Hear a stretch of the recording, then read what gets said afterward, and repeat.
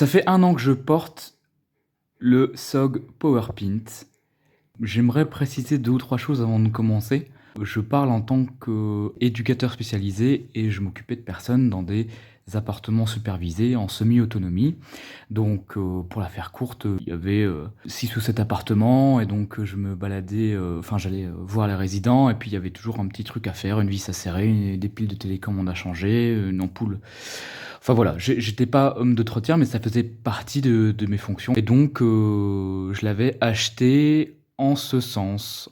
Je voulais un outil qui soit pratique pour moi, bricoler légèrement au quotidien. C'est à ce titre donc que j'ai acheté cet outil, puisque, et j'aimerais d'ailleurs m'étendre un petit peu là-dessus. Je crois que j'en ferai une vidéo à part entière, mais je crois que c'est important de préciser que c'est pas seulement parce qu'on a un métier manuel qu'on devrait porter un objet multifonction. Bien au contraire, je pense que les gens qui sont dans le bâtiment, qui sont ouvriers, ils ont déjà les outils sur eux au quotidien, puisqu'ils savent qu'ils vont les utiliser.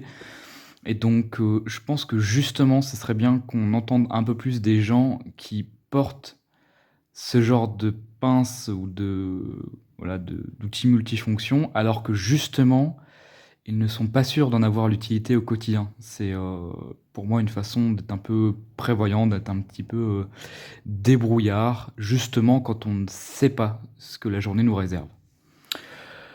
Voilà un peu sous quelle légitimité je vous parle, parce que ça fait 1 an que je porte le SOG PowerPint. Et est-ce que ça vaut le coup? Déjà, c'est un outil qui vient des États-Unis, donc j'ai dû payer la livraison bien plus cher que les Américains qui peuvent l'avoir à 50 €. Je pense que moi, ça s'est tourné autour de 70-75 €, donc quand même 50% plus cher. Et donc, la question se pose d'autant plus, est-ce que c'est vraiment intéressant? Est-ce que ça vaut vraiment le coup? Quand j'ai pris conscience de la nécessité pour moi d'avoir un objet multifonction sur moi, eh ben, bien sûr, il y a des options, moi qui suis belge d'ailleurs, il y a des options bien plus évidentes qui nous viennent en tête. Ici, par exemple, c'est un Victorinox. Pour la petite anecdote, je ne savais même pas que c'était un vrai. En fait, quand je l'ai reçu, comme j'ai vu ça en premier lieu, je reconnaissais pas le logo. On me l'a donné et donc je pensais que c'était un gadget, que c'était un truc de... En plus, il est assez léger, donc je pensais que c'était une contrefaçon. Sauf quand j'ai commencé à voir du coup le logo sur la lame. Mais ça n'a pas de pince. J'ai commencé à considérer sérieusement le SOG. Déjà ça, on est assez limité et je sais pas, la lame ne me convient pas, puis le fait que ça se bloquait pas, ça me posait aussi problème. Alors qu'ici, tous les outils se bloquent. Là, par exemple, ils sont tous bloqués d'un coup là. Bon, bien sûr, ça n'a pas d'intérêt, mais c'est pour montrer qu'ils sont... Chacun des outils est bloquable. On peut les débloquer soit en appuyant sur le mécanisme, ou bien simplement en déployant les autres outils pour les débloquer. Je disais donc, j'ai choisi aussi cet outil parce qu'il a une pince, contrairement au Victorinox. Comme je l'ai dit, j'ai pas un métier qui est manuel. J'ai dit que je devais faire 2-3 petits bricolages, mais est-ce que ça justifiait vraiment d'avoir une pince? Et donc j'ai pris le pari. Parce que je voulais pas payer tout de suite trop cher pour avoir une vraie pince.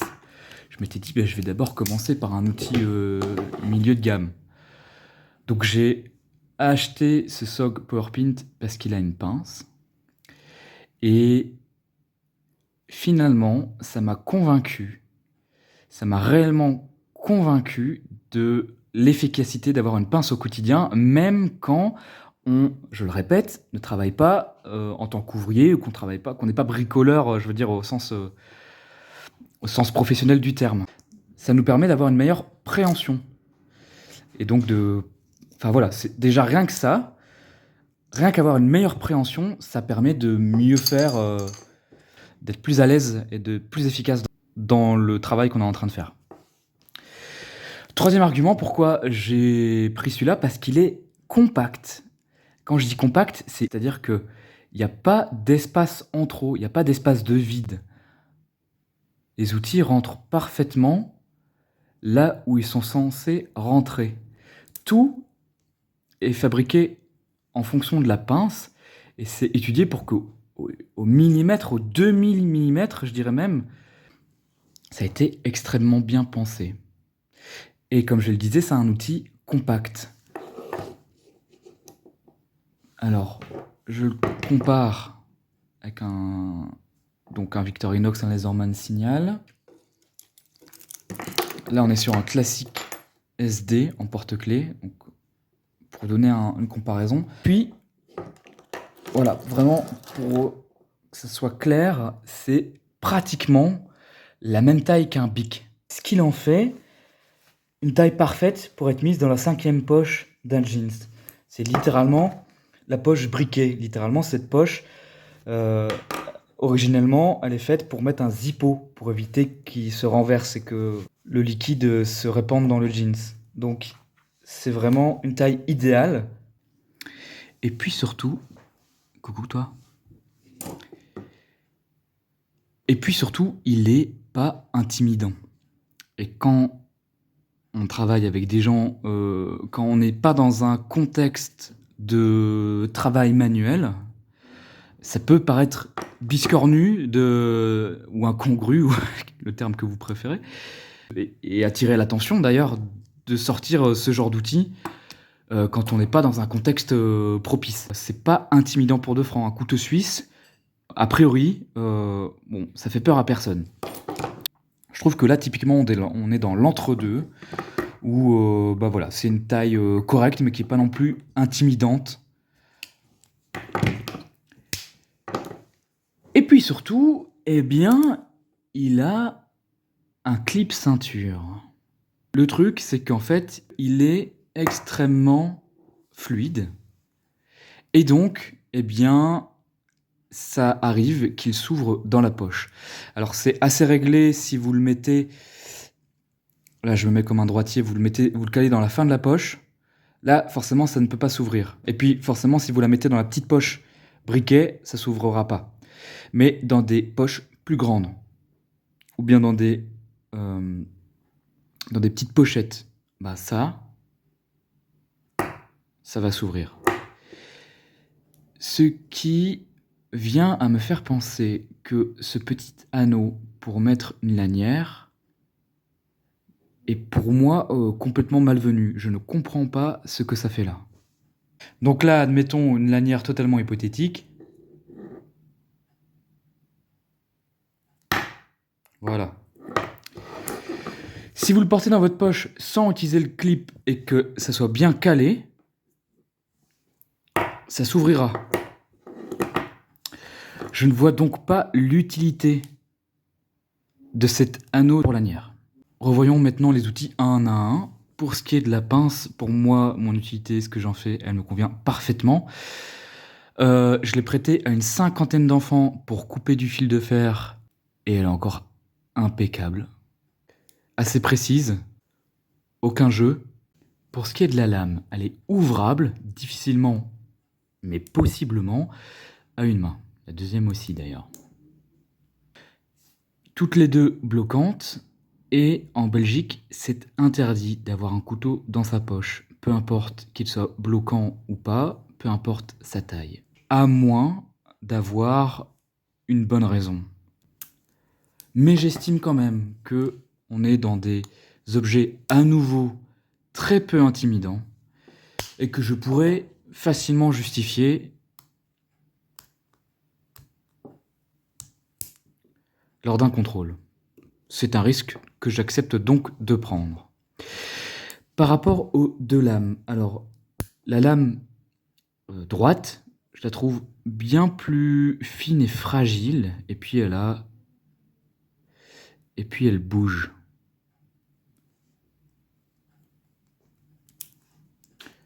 Je trouve la lame à serration beaucoup plus robuste et c'est celle dont je me sers, le plus souvent. Pour le poinçon, il fonctionne à merveille. Le plus étonnant, c'est ce petit, tournevis, à bijoux. Je l'ai utilisé plus d'une fois pour réparer une paire de lunettes et même si c'est une vis cruciforme, c'est toujours mieux d'avoir ça que rien. Ou bien, pour, c'est basiquement, une petite pointe, heu, robuste qui nous permet de, aller chercher quelque chose, serrer une petite vis ou. Un autre exemple d'utilisation, c'est que des fois, on a juste besoin d'un outil qui nous permette. Une autre bonne surprise, c'est, ce coupe-ceinture et bien que je l'ai jamais utilisé pour couper des ceintures, je suis certain qu'il sera efficace, mais surtout la la plus grosse utilité que j'en trouve, c'est de facilement pouvoir couper des emballages. Ensuite, on a la lime et honnêtement, je ne saurais pas quoi vous en dire, si ce n'est qu'elle est extrêmement abrasive, même un peu trop, si vous comptez l'utiliser comme lime à ongles. De l'autre côté, la lame macération, j'en ai déjà parlé. L'ouvre-boîte et le décapsuleur, je les ai modifiés et je vais y revenir juste après. Et évidemment, on a un tournevis qui m'a déjà bien servi à de multiples reprises, notamment pour réparer une machine à laver quand j'étais pas chez moi. Bien évidemment, ici, on a le fameux porte-embout avec un aimant. Une fois qu'on a mis l'embout, eh ben, la pince ne se referme plus vraiment et donc il faut toujours maintenir une tension pour pouvoir visser. Mais honnêtement, je peux pas vous en dire plus parce que je l'ai pas utilisé des masses puisque le petit tournevis et le tournevis cruciforme, eh bien, me convenaient largement. En revanche, ce qui me manquait éperdument, c'était un tournevis plat. Et donc j'ai modifié mon ouvre-boîte et mon décapsuleur pour avoir 2 tailles. Enfin ici j'ai un peu fait n'importe quoi, mais en tout cas ici j'ai un très gros, tournevis plat, même bien trop gros. Alors j'ai fait ça un peu à l'arrache, mais en tout cas il m'a déjà servi plus d'une fois et je suis très content. En tout cas, ça m'a servi beaucoup plus que l'ouvre-boîte qui est, prévu à la base. Un petit mot sur l'ouvre-boîte et le décapsuleur. En début de vidéo, j'ai montré qu'on pouvait même ouvrir une boisson, qu'on pouvait décapsuler une bière avec la pince. Je ne vois vraiment pas pourquoi, dans la prise de décision des outils qu'ils allaient placer dans ce modèle, ils ont choisi de mettre séparément, parce que des fois on a un ouvre-boîte qui fait aussi office de décapsuleur. Là, on a 2 outils séparés dans quelque chose qui est très compact et qui a été étudié vraiment pour être vraiment optimisé au niveau de l'espace. Ils ont quand même décidé de séparer l'ouvre-boîte du décapsuleur. Mais un décapsuleur, cet outil, il s'adresse à qui? Il s'adresse pas à la ménagère de 50 ans qui a besoin d'un décapsuleur comme ça. Si on a vraiment besoin d'un décapsuleur, on utilise ce genre d'outil. Si on a ça dans sa poche, c'est qu'on est déjà un minimum bricoleur, un minimum débrouillard. Pourquoi est-ce qu'on aurait besoin d'un décapsuleur? En plus de ça, je vois mal la situation où quelqu'un demande si on a un décapsuleur et tu sors ton outil de ta poche, tu dis ouais, attends, j'ai alors attends, j'ai ici là, ouais, ici tiens. Mais c'est ça. Pour moi, ça a pas vraiment de sens. Soit le décapsuleur, il doit être immédiatement accessible, ou alors on ne prend pas la peine. S'il faut faire plus d'une manipulation, c'est-à-dire s'il faut faire plus que simplement prendre l'outil pour pouvoir s'en servir, eh ben, on a aussitôt fait de prendre un briquet pour décapsuler une bouteille où il y a des centaines, des milliers de façons de décapsuler des bouteilles. Et donc je ne vois absolument pas l'intérêt d'avoir mis ça. Mais c'est une erreur que je ne peux pas reprocher uniquement à SOG, puisqu'on a aussi ça sur les Victorinox. En revanche, ils ont la décence de déjà mettre des tournevis plats en combinaison avec ces outils. Pour ce qui est des ciseaux maintenant. Voilà, on a un premier problème, c'est qu'il se débloque pas tout de suite quand on le déploie, ce qui nous force à faire une petite, c'est pas grand-chose, mais enfin, c'est une petite manipulation supplémentaire quand on déploie les ciseaux.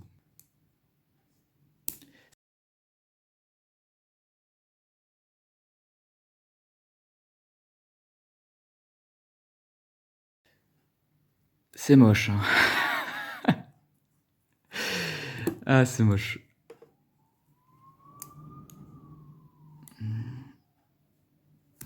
Voilà, on y est arrivé. Hop, même pas en fait. Non, on n'y est pas arrivé.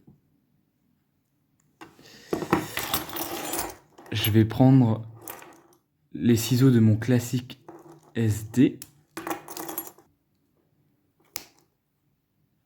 Ils sont petits, mais ils sont efficaces. Il y a un autre problème avec ces ciseaux, c'est que, en fait, c'est qu'ici, la matière a aucun endroit où aller. Enfin, c'est assez abrupt. Donc on bute. Je vais essayer de vous le montrer. Vous voyez, je plie le carton en avançant. Bon, là, ça va encore. Je refais une fois. Ici,